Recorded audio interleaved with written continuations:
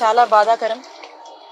ఒక ఒక అమాయకురాలు, అందరు ఆడపిల్లల్లాగే, అందరింట్లో ఉండే ఆడపిల్లల్లాగే ఒక ఆడపిల్ల తనకు ప్రభుత్వము ఒక సొంతింటి ఆస్తిని ఆమెకి ఇచ్చారని చెప్పి గౌరవ ముఖ్యమంత్రి వర్యులు శ్రీ వైఎస్ జగన్మోహన్ రెడ్డి గారి పాలనలో ఆవిడ అమ్మఒడి లాంటి సంక్షేమ పథకాలను అందుకొని, అలాగే ఇంటి పట్టాన్ని అందుకొని, ఇది బహుమతి, నన్ను ప్రభుత్వం గుర్తించింది, మనకున్నటువంటి ఇబ్బందుల్ని గుర్తించింది, మనకు ప్రభుత్వము ఈ మంచి చేసిందని చెప్పి తన ఒక సాటి ఒక ఇంట్లో అమ్మాయి సడన్ గా గవర్నమెంట్ నుంచి ఇలాంటిది ఒక మంచి జరిగితే ఒక భరోసా అనేది తనకు అనిపించి, ప్రభుత్వం ఇచ్చినటువంటి భరోసా మీద తనకు ఒక సంతోషం అనిపించి, ఆ సంతోషాన్ని తను ఉండబట్టలేక తను ఓపెన్ గా ఎక్స్ప్రెస్ చేసినటువంటి పరిస్థితి.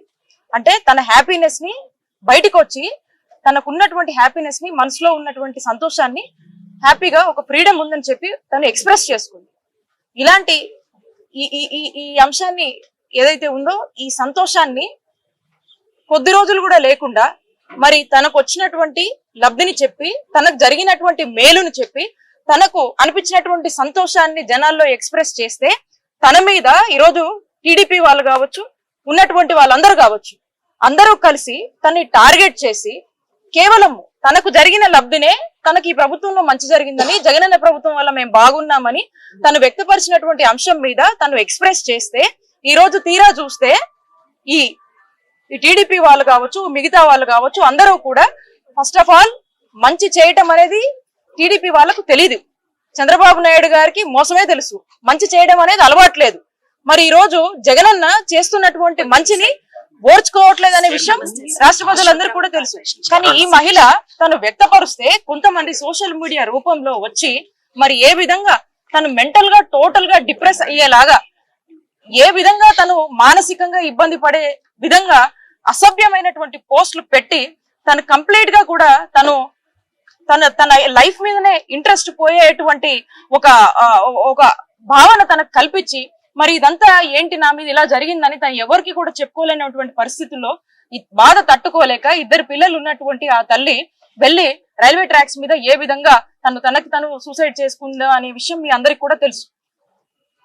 ఆ కుటుంబానికి ఈరోజు ముఖ్యమంత్రి గారు తను జగనన్న ఇచ్చినటువంటి సంక్షేమ పథకాల వల్ల చాలా సంతోషంగా ఉండి ఎక్స్ప్రెస్ చేసినందుకు ఈ విధంగా జరిగిందని మా అందరినీ కూడా ఇక్కడికి పంపించి ఈ కుటుంబానికి ఒక ధైర్యాన్ని నింపి వారికి ఒక భరోసాని ఇచ్చిరమ్మని చెప్పి మా అందరినీ కూడా పంపించడం జరిగింది.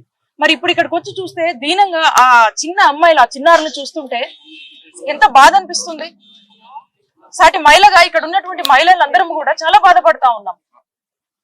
ఈ రోజు ముఖ్యమంత్రి గారి పాలనలో ఉమెన్ ఎంపవర్మెంట్ కి ఈ రోజు అర్థం అంటే ఈ రోజు జగనన్న పాలన. ఈ రోజు ఉమెన్ సేఫ్టీ, ఉమెన్ సెక్యూరిటీ గురించి ఆలోచించినటువంటి ప్రభుత్వం జగనన్న ప్రభుత్వం. ఈ రోజు దిశ యాప్ లాంటివన్నీ తీసుకొచ్చి ఉమెన్ ని ఏ విధంగా రెస్క్యూ చేయాలనే దానికి అనేక రకాలుగా ఇనిషియేటివ్స్ తీసుకొని ఈ రోజు ఉమెన్ అందరినీ కూడా భద్రంగా చూసుకున్నటువంటి ప్రభుత్వం జగనన్న ప్రభుత్వం.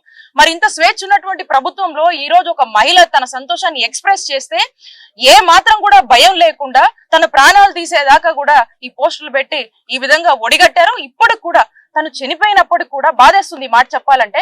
అయినప్పటికీ కూడా ఇంకా అఫీషియల్ గా తన మీద ఏ విధమైనటువంటి ట్రోలింగ్స్, ఏ విధమైనటువంటి పోస్టులు పెడుతున్నారంటే, కనీసము ఒక మహిళ తనకి ఇలా జరిగిందని కనీసం జరిగినాక కూడా మీకు బాధ అనిపించట్లేదంటే ఒకసారి రాష్ట్రంలో ఉన్నటువంటి ప్రతి మహిళ ఆలోచించాలి. ఏం మీ ఇంట్లో ఆడపిల్లలు లేరా? మీకెందుకు బాధ అనిపించట్లేదు? దీన్ని రాజకీయం కోసం వాడతారా? పద్ధతిగా ఏమన్నా చేయాల్సింది ఉంటే, ఏదన్నా పాలసీలు ఉంటే మాట్లాడండి, వీటిని రాజకీయం చేస్తారా? అంటే మీకు ఏమీ దొరక్క ఓటమి భయంతో ఈరోజు టీడీపీ వాళ్ళు ఇలాంటి అంశాలను కూడా, ఒక చావును కూడా శవరాజకీయాలుగా ఏ విధంగా వాడుకుంటున్నారో మరొకసారి చంద్రబాబు నాయుడు గారు, టీడీపీ వాళ్ళు ఈ విధంగా నిరూపించారు వాళ్ళ యొక్క మూర్ఖపు బుద్ధితో. చాలా బాధేస్తా ఉంది. ప్రభుత్వము ఈ విషయం తెలుసుకున్న వెంటనే ఇక్కడ ఉన్నటువంటి ఎమ్మెల్యే గారు కావచ్చు, భార్గవ్ గారు కావచ్చు, ఉమెన్స్ కమిషన్ నుంచి పద్మ గారు కావచ్చు, మేమంతా కూడా వచ్చి ఈ కుటుంబానికి ఒక ధైర్యాన్ని ఇవ్వడానికి వచ్చాము. ప్రభుత్వం తరఫున ఇద్దరు చిన్నారులు ఉన్నారు కాబట్టి వారికి ఒక ఆర్థిక సాయం ప్రభుత్వం ముఖ్యమంత్రి గారు ఏదైతే అనౌన్స్ చేశారో దాని గురించి వాళ్ళకు చెప్దామని వచ్చాము. ప్రభుత్వము ఒక సంక్షేమాన్ని అందుకున్నటువంటి ఒక ఆడబిడ్డకు ఇలా జరిగిందని ప్రతి ఒక్కరూ కూడా ఈ రోజు రాష్ట్ర వ్యాప్తంగా కూడా చూసి దీన్ని బాధపడుతున్నటువంటి పరిస్థితి. మరి వాళ్ళకి ఎందుకు జాలి కలగట్లేదు అర్థం కావట్లేదు. వాళ్ళ ఇంట్లో ఆడపిల్లలు లేరా? వాళ్ళకి ఇలాంటి జాలి ఇలాంటివి ఏమీ ఉండవా? ఖచ్చితంగా లేనంటే అనిపిస్తా ఉంది. ఎందుకంటే ఈ ఎపిసోడ్ చూసి ఇప్పటికీ మన మధ్య లేనటువంటి వ్యక్తి మీద ఇంకా కూడా చేస్తున్నారంటే ఎంత దారుణంగా వాళ్ళ బిహేవియర్ ఉంది అని, ఎంత మూర్ఖంగా వాళ్ళు ఆలోచిస్తున్నారు అనేది మనకు స్పష్టంగా అర్థమవుతుంది. కాబట్టి దీనికి సంబంధించి ఎవరైతే దీంట్లో ఈ ట్రోలింగ్స్ కావచ్చు, ఈ సోషల్ మీడియాలో ఈ విధమైనటువంటి వాటికి పాల్పడ్డారో వాళ్ళందరినీ ఇప్పటికీ కూడా పోలీస్ యంత్రాంగం దీని గురించి పనిచేస్తా ఉంది. కొంతమందిని ట్రేస్ అవుట్ చేశారు. ఖచ్చితంగా వీళ్ళ మీద కఠిన చర్యలు ఉంటాయి, కఠిన చర్యలు తీసుకుంటాము. ముందు కూడా ఇట్లాంటి వాటికి ఎవరైనా డేర్ చేస్తే మాత్రం ఖచ్చితంగా వాళ్ళందరికీ కూడా వార్నింగ్ ఇస్తా ఉన్నాము. ఇలాంటివి కనుక ఎవరైనా రిపీట్ చేస్తే ఖచ్చితంగా ఇక మీ కౌంట్ డౌన్ మొదలైనట్టే.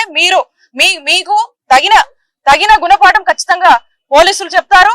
అండ్ ఖచ్చితంగా మేమందరం కూడా వదలము. ఇలా ఎవరైనా ఒడిగట్టాలని గనక ముందడుగేస్తే గనక ఖచ్చితంగా మీరు కఠిన శిక్షలు ఖచ్చితంగా అనుభవిస్తారని చెప్పి మీ అందరికీ కూడా హెచ్చరిస్తూ వారి కుటుంబానికి మా కాండోలెన్సెస్ తెలియజేసుకుంటున్నాం. సమస్య లేని ఇల్లు ఉండదు, పరిష్కారం లేని సమస్య ఉండదు. బంధాలు గొప్పవి, బాధలు చిన్నవి. మీ సమస్యని మేము పరిష్కరిస్తాం. రండి, మాట్లాడుకుందాం.